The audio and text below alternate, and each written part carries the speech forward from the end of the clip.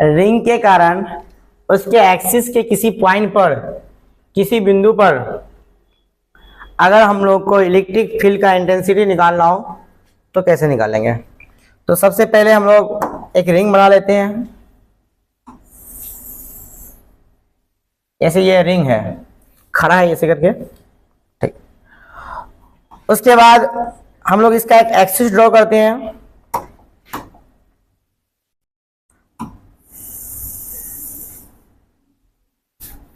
इसके एक्सिस पर किसी पॉइंट पर, किसी बिंदु पर हमको क्या करना है? इलेक्ट्रिक फील्ड का इंटेंसिटी निकालना है इस रिंग के कारण। तो एक्चुअल में सपोज करते हैं यहाँ पे एक +1 कूलम चार्ज रखते हैं और इस पूरे में ना चार्ज डिस्ट्रीब्यूटेड है। सपोज करते हैं प्लस चार्ज इस रिंग पर चार्ज पूरा बटा हुआ है और ये यूनिफॉर्म रिंग है। यूनिफॉर्म मतलब जो चार्ज है ना इक्वली बटा हुआ है, कहीं ज्यादा कहीं कम नहीं, एक समान बटा हुआ है। अब हम लोग देखेंगे जो यहां पे क्या होगा, तो हर पॉइंट ये प्लस चार्ज, ये प्लस, ये इसको क्या करेगा? प्लस को ढकेलेगा। इधर से भी ये ढकेलेगा, इधर से भी ये ढकेलेगा। मतलब जितना चार्ज है सब चार्ज इस प्लस को क्या करेगा? ढकेलेगा।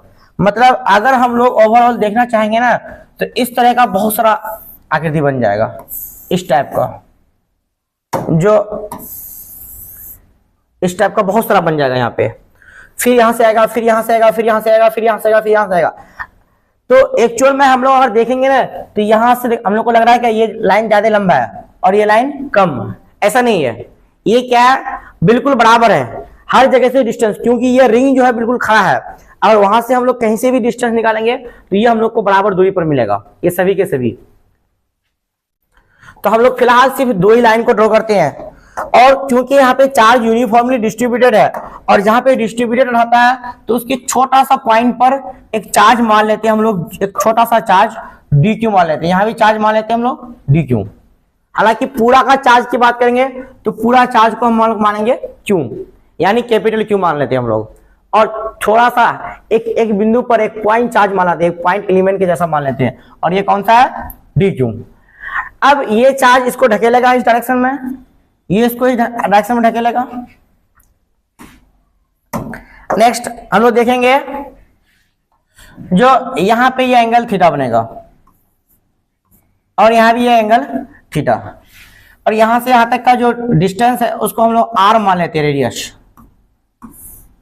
और यहां से x डिस्टेंस पर ये पॉइंट जो है यहां से सेंटर से, ये सेंटर इस रिंग का सेंटर है, सेंटर से हम लोग x डिस्टेंस पर, यहां से अब तक का डिस्टेंस को हम लोग x डिस्टेंस मानते हैं।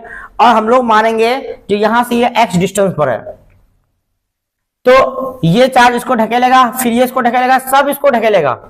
तो इस तरह का जो है ना हम बताए बहुत सारा लाइन होगा जो इसको ढकेलेगा, लेकिन हम लोग कोई दो लाइन माने उसको।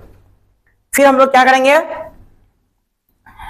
यहां पे देखेंगे ये जो ढकेलता है तो इसके कारण सपोज करते हैं ये E1 बनता है और इसके कारण E2 बनता है।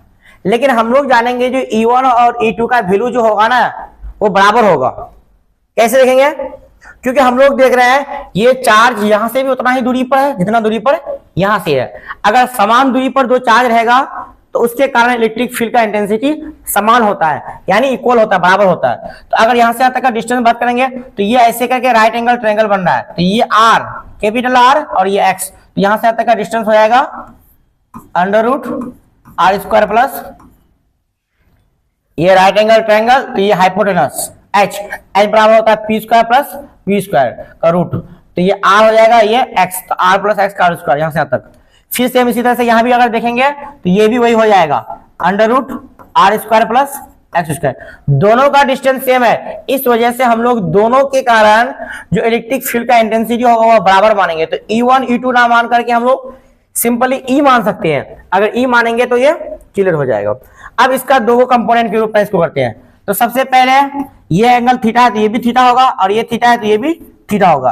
अब इसके वजह से क्या होगा, इलेक्ट्रिक फील्ड का डिस्टेंस को हम लोग क्या करेंगे, दो कंपोनेंट मारेंगे। इधर एक हो जाएगा E cos थीटा इधर, और इस डायरेक्शन में हो जाएगा E sin थीटा।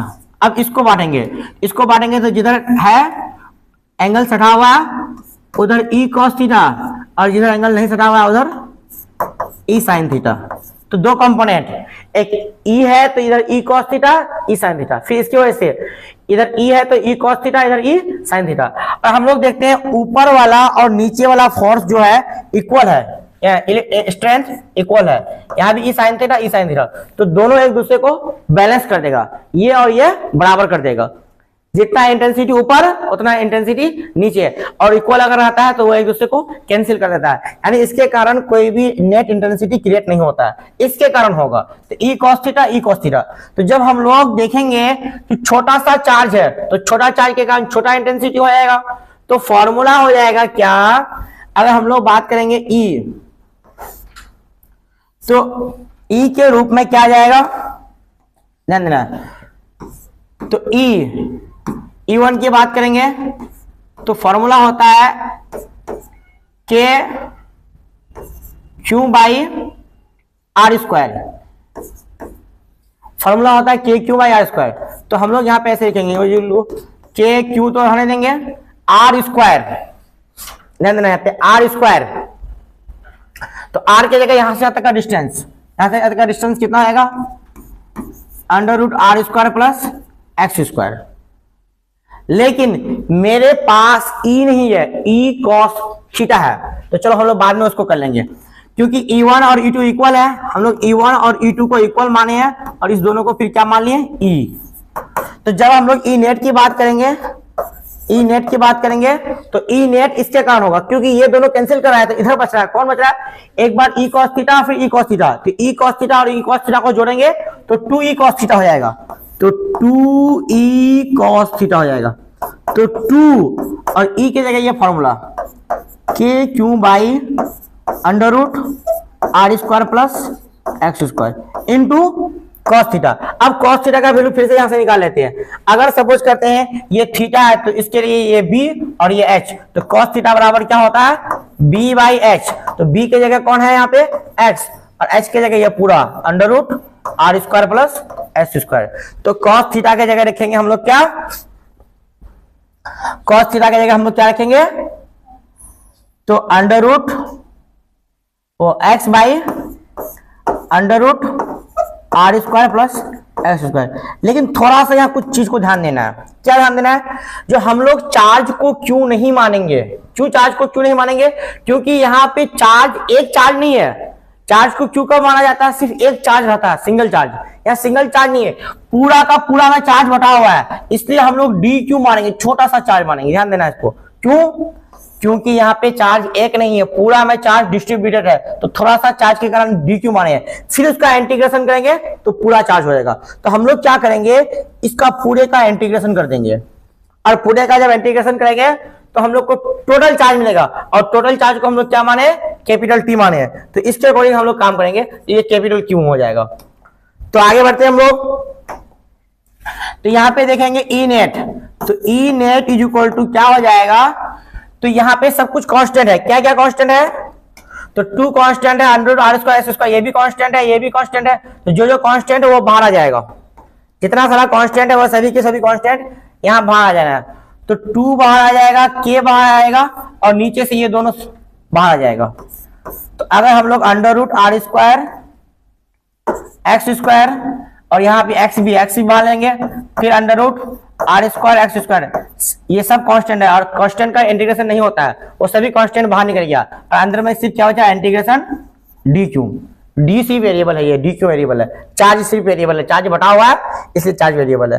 तो नेक्स्ट हम लोग देखेंगे जो ई नेट यानी कुल चार्ज का वैल्यू, तो 2kx बाई इसको स्क्वायर 1, और यहाँ पे बच जाएगा आर स्क्वायर और एक्स स्क्वायर का पावर, रूट का मतलब होता है 1/2, 1 और 1/2 को जोड़ेंगे तो इसका पावर हो जाएगा 3/2।